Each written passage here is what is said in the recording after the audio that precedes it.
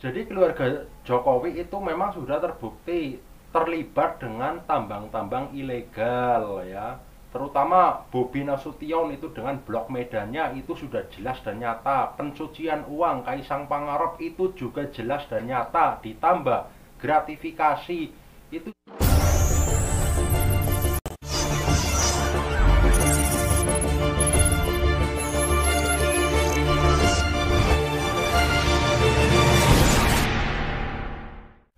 Oke kawan-kawan, di video kali ini saya akan kembali membahas tentang korupsi keluarga Jokowi ya, yang saat ini minta KPK supaya usut kembali kasus antara kasus Kaisang, kasus Bobi dan Kahiyang ya. Kita simak videonya baik-baik ya. Ini saya bacakan dari situs resmi. Samad minta KPK usut kasus dugaan korupsi keluarga Jokowi ya dan partai PSI. Jadi ini bukan hanya narasi, tapi ini memang ada beberapa ya dana-dana korupsi yang masuk ke partai PSI itu nominalnya sangat besar. Jadi partai PSI meminta tidak ada yang menyebar tuduhan tendius ya. PSI itu tidak mau dituduh seperti itu. Padahal dari PSI sendiri itu menikmati hasil dari dana-dana korupsi seperti tambang-tambang ilegal dan lain sebagainya ya. Bahkan yang pernah diisukan tentang pencucian uang itu memang benar adanya.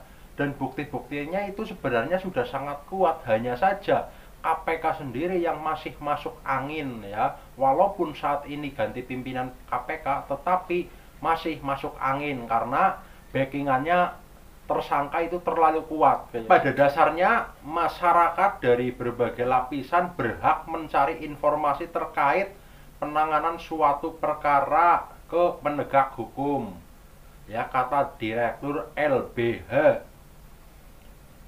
Jadi semua masyarakat itu memang ingin tahu ya, masyarakat semuanya itu ingin tahu. Kenapa? Karena saat ini itu yang lagi viral kan kasusnya Harhasto, Sekjen PDI Perjuangan.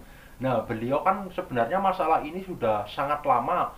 Dulu tahun 2020 juga pernah dituduhkan dugaan-dugaan suap dan korupsi kayak gitu. Padahal ini kan masalah personal, masalah partai, tidak merugikan uang negara sama sekali. Negara tidak dirugikan oleh kasus-kasus Hasto, itu kan seperti itu. Kenapa hal-hal yang seperti itu oleh KPK itu diusut, sedangkan kasus seperti Blok Medan, pencucian uang, bahkan gratifikasi itu tidak diusut? Kenapa? Ya karena backingan dari keluarga Mulyono itu sangat kuat.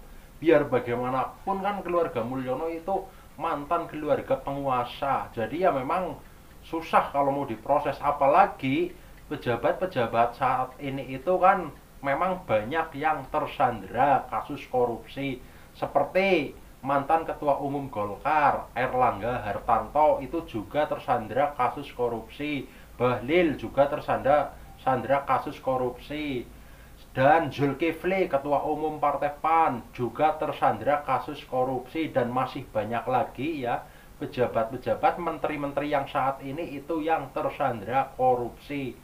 Jadi yang saya herankan itu sebagai masyarakat, saya heran ya, kenapa masalah-masalah yang sepele itu diusut sampai tuntas, sedangkan masalah-masalah yang besar yang sudah jelas seperti masalah Budi Ari menjadi backing bandar judi online itu kan sudah sangat jelas. Kenapa itu tidak diusut?